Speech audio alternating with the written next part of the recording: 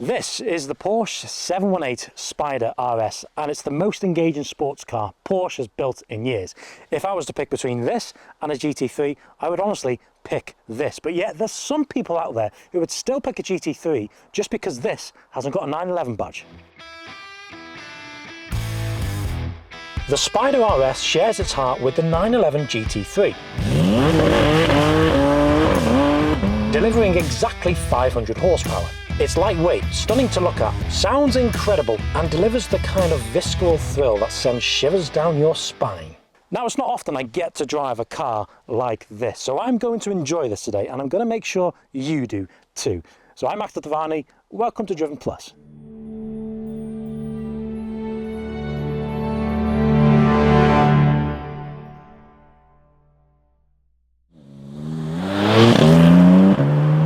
This is the sort of car you'd buy if you had a spare £150,000 lying about to spend on a car. Let me just clarify something for you. I do not have that much money to spend on a car, but if I did, there would be a good chance I would own this car. But if you're going to buy one of these cars, you have to truly understand what it's like to drive. It's hard, the suspension is firm, it's loud, the steering is heavy, a lot of manual inputs. It's a crap daily. But the minute you press some buttons, give me a minute, and you actually drive this car for what it's actually been made for and turn on the taps, just have a listen.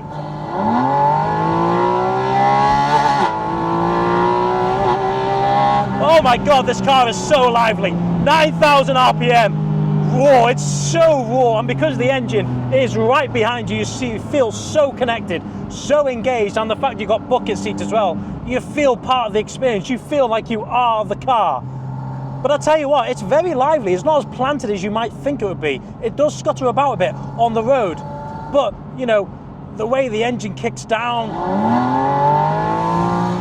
you know, the way it all incorporates together, it is absolutely incredible. And it makes you realise, holy shit, this is why I bought the car, or holy shit, this is why I'm a car enthusiast. But let me show you the engine. Well, technically I can't physically show you the engine because it's mounted somewhere in the middle of this car, and it's Porsche's 4-litre flat six from the GT3. But there is one big difference, and that's the way the engine is mounted. In the GT3 it's longitudinal, in this it's transverse. And this does make a little less horsepower than the GT3. There's only 10 horsepower in fact, so it produces 500 horsepower, 450 Newton meters of torque. GT3 produces 510. But if you ask me, that's just politics. It's also mounted to a 7-speed PDK gearbox, and that's the only option for this car. Porsche also say it'll do an 0 to 60 time of 3.2 seconds, but we all know they're very conservative about their figures, so I'm sure we're going to get better than that. Let's find out. Okay, so it's time to launch the 718 Spyder RS from 0 to 60. On your screen now the stats and figures on this car, so pause your screen if you would like to look into them. Really easy to put the car in launch control, just hold it and go.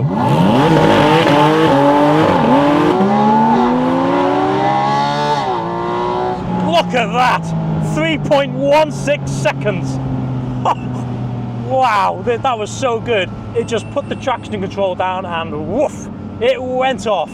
Don't need to do that again. Let's go back to the review, and that's what it stacks up against. If you haven't subscribed already, now's the perfect time to do so. By the time this video has gone out, I might have just hit over 50,000 subscribers. If I have, thank you very much. I'm going to be posting a little article on the Instagram, so head over there so you can read through that. But if we haven't reached 50,000, please just press that button. It would go a long way. Thank you. So the Spyder RS then, it's a perfect tour car. And you might be thinking, well, it's got no space. It has, and it's better than you might think. Combined 245 litres. Because it's not a 911, you don't have any space behind the seats. However, you've got the front here, good space, probably 2 carry-on suitcases and a small bag, and in the back as well. So you've got perfect, so there's no excuses to go touring in. But the overall front end of this car, that's very light. It's made out of carbon fibre on the front here. You've got the Napa ducts, got fenders there. They're all made out of carbon fibre, and the curves towards the bottom of the arch they had to be made out of carbon fibre because they couldn't form it in a press out of aluminium. Now this is John. John is the owner of this beautiful spec Spyder RS. You enjoying it? Yep, it's brilliant. Why wouldn't you be? So John, the reason I've got you in the video is I want you to demonstrate to me and the viewers how you take this very complex roof off. Okay, no problem. Right, we're going to start. You pull the red tabs. Yes. Slide them out. Yep. And then this little bit here is going to flip into there. We clip that in there just temporarily. Yep. You're going to pop the boot. Okay. This is going to pull up. Is that all carbon fibre as well? No, and that's metal. So you're going to pull the little press studs there. That one? Yeah, and there. You can open the door. Yeah. And you're just going to pull it off that bit of metal. Got you. Okay, and then you're going to just take that and pop that in the boot. Can I just show that to the viewers of what that is? Yes, do you want to grab that? Okay, thank you. So does this make you feel good, the fact that you spent all this money on the car and this is how you put the roof down? It is no end of criticism and ridicule I get for this. But you'd rather do this and have a button so it adds another 100 kg. Well, it's saving this is only 8 kilograms apparently, right. So okay, there we go. Think of the weight saving. So if you pull the little lever there, clip it and push it forward. If we bring this down for a second, yeah, so we can show. Well, yeah, we're going to have to be careful, you can cut your hands off. Yeah, if we can leave it there. There we are, all right. So what now? So what we're going to have to do now is you're going to have to pull that lever. This one here? No, the lever there. Oh, that one? Yeah. You clamp it in and push it forward. Okay. Release the little bit of metal. Yeah. Great. And then what we're going to do next is we're going to just pull it out of here and turn it, turn it, turn it. So there. I'll pop the boot down so everybody can see roughly where we are at the moment. So we're going to reach inside. You're going to just unpick that out. That's carbon fibre. That's carbon fibre. Cool, I like that. We have to clip that in there. You have to pop the boot back open. Okay. And we're just going to pop that into there. Make sure it's all down. All right. Come down. Along. You got in? Are we in there? Yeah. Yeah, so maybe your side. You're slacking, not me, John. Right, ready? Yeah. Push that down. And then you're just going to push the clips down. Hey presto, we're done. Brilliant. Well, thank you very much, John. I think the viewers would appreciate that because it's quite a complex system. Yeah, it is. Not too bad though. Brilliant. The one thing which is not a problem with this car is the power it has. 500 horsepower in something that weighs 1,410 kilos. The one bit which has got me scratching my head is the weight comparison with the GT3. You'd think because it is a smaller car, it'd weigh less by quite an amount. No, the GT3 is only 25 kilos heavier. Where did they get all that weight from? And if you parked a Spyder RS alongside a GT3, you wouldn't think only 25 kilos separates them. And here's the thing, if you spec the GT3 with the Visac package, which this car has been spec'd with, then the weight difference would only be 10 kilos. And so if you think you're buying a Spyder RS because it's lighter, yes, it obviously is, but probably less than you actually think. So why buy the Spyder RS? Mid-engine factor, and it's a drop top. Step inside the Spyder RS and you are immediately greeted by simplicity. There's not much going on in here, but you're not buying it for all its infotainment screens and all the technology. You're buying it for the ultimate driving experience and it smashes that. But however though, it is a very nice place to be. Apple CarPlay, I like how simple all the buttons are. The cabin feel, it feels snug, it feels driver-centric. There's one word for this interior. Alcantara. There's a bloody lot of it. Got it on the dash, or the red stitching, the steering wheel, the glove box. Where else? All the headline in here. It's a beautiful place to be, all the carbon fibre touches. The one thing that does it for me are these carbon bucket seats.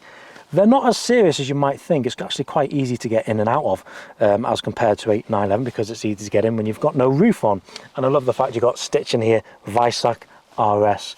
And the steering wheel. So the steering is lovely and thin to hold, so it's very engaging. You've got no buttons mounted onto the steering wheel. There are all these columns behind it, and behind them is your massive rev cluster going all the way to 9,000 RPM, and beside that you've got your speedometer and a little driver's digital display. That's all you need really, isn't it? And you've got your chronograph in the middle there, your sport chrono. And in the middle here is your automatic gearbox. You're only going to find one of these in the Spyder RS, but I love the shape of these you find in the RS models because it depicts a manual knob. Coming to the rear of the Spyder RS, and is one hell of a beautiful car. The shape, the proportion, it's just absolutely beautiful. I love the little carbon fibre lip. The attention to detail on this car is fantastic, and all the 4 individual brake lights there. Coming to the exhaust, £7,000 because they are titanium tips. Talking of the exhaust, John, let's hear it. Do it again. That is absolutely unreal. Let's get back onto the road. So, depending on spec, you'll need at least £135,000 to spend if you want to get yourself in one of these. However, for around £55,000 less, you could just go and get yourself in a regular 718 Spyder. Has a 4-litre flat 6 engine, not from the GT3 though, it's different. I mean, they're both incredible cars personally, but if you had the money to stretch yourself and get in one of these, do it because of what they are. And yes, you can go and buy the GT4 RS, which is essentially the same car.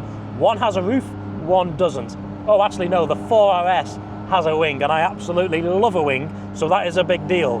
But it depends what you're going to be using it for. If you're going to be using the car on a track, then you buy the GT4 RS. But if you're stuck between the two, 4RS or Spyder RS, personally it depends what you're going to be buying it for. If you're going to be buying it for an experience, take it out on a weekend day when the weather's good, or take it around Europe, because when you have a drop top, the world opens up and you can see the Swiss mountains and the French Alps and the Italian Dolomites a lot better than if you had a roof on. So John, who is the owner of this car, he's joining us in a couple of weeks on our Dolomites tour. So here at Driven Plus, we do driving tours across Europe, the UK, we've got Ireland next year as well. I'll put a QR code on the screen. If you scan that with your phone, it'll go to the website, and you've got all our European tours on there. They are booking up pretty fast for next year. The only first world problem you'll have when owning the Spyder RS is if you've got the roof down and then it starts raining. You're going to have to pull up on the side of the road, and it's going to take you at least 2 minutes to close the roof. It's not like a McLaren 720S, which takes you 11 seconds with a click of a button. However though, who cares when it makes this noise? Oh my God, it screams, it's so good.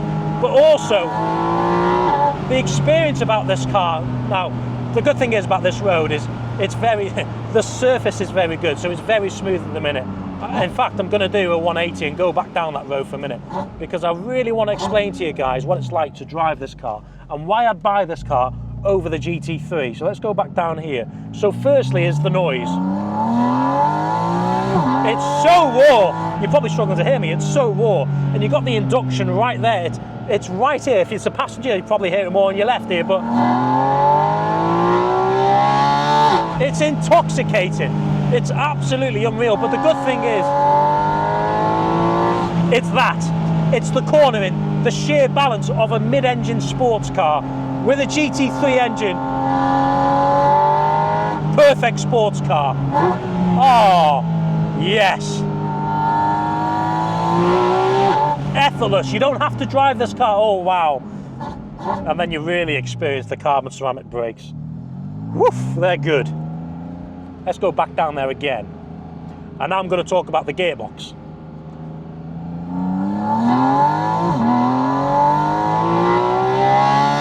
Oh, it screams. Brakes are very good. So yeah, the gearbox. The only little problem I have with the 718 Spyder RS, no manual option. And here's the thing, you can get a manual option in the regular Spyder, non-RS one. I mean, don't get me wrong, if I was to buy one of these, I'd prefer it in PDK anyway, because I just love the crisp changes the PDK gives you. The kickdown, a little bit better for when you're going across Europe. And don't get me wrong, of course, a manual gearbox is much more engaging, but the PDK, downshifts, even the feeling of the paddles on the steering wheel, just the feedback there from when you depress it, and it's instant. Oh, it really is incredible. It feels like a manual gearbox. 7 gears, by the way. Right, we're good there. So, listen to these upshifts. There. There's no delay. No delay. It's instant, this car. It's clinical, but in a way it isn't, because you put it in a corner, you're like, oh, this is actually not as planted as you might think. It's very lively. Don't get me wrong, it's a very planted car, and we are on semi-slick tyres today, and it has been raining. I think we're on Dunlop Sport Max 2s, or whatever the Dunlops are for the semi-slick ones, and they come with the car as standard, which I was quite surprised about. I thought they come, you could probably normally get it with Cup 2 tyres, but I'm surprised they offered it with these Dunlops. So it's going to be surprising to see what it's like to launch.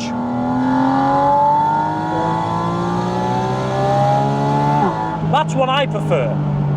That wasn't obviously, you know, I didn't put my foot all the way down to the floor then, because it builds up really fast, and therefore you really miss the proper sound of this car. So if I was to own this car and experience this car, I'd hardly properly put my foot down. I'd just prefer for that noise to build up. And this is why you buy a Spyder. The experience, driving through this forest. I mean, you can't really look if you're driving the car, but if you've got a passenger and you're going through mountain passes, oh, and you put, mind you, I've had the windows up. Oh, it's louder now. I'll tell you what, it's deafening. And I know it's more deafening in the 4 RS. But I'd like to say a massive thanks to John for letting me get a review on this car. And keep an eye out for the Dolomites video, which I'm going to be posting in a few weeks. You'll see a lot of this car on the tour. And I'll interview John on the trip, and I'll ask him how it's getting on, because John also owns a Huracan Performante. And he's took that on one of our tours before, and it's an incredible car. 5 litre, or the 5.2 litre V10 engine. He's got the best of both worlds, hasn't he? Anyway guys, thanks for watching. Subscribe to our channel, and we'll see you very soon. Thank you. Bye bye.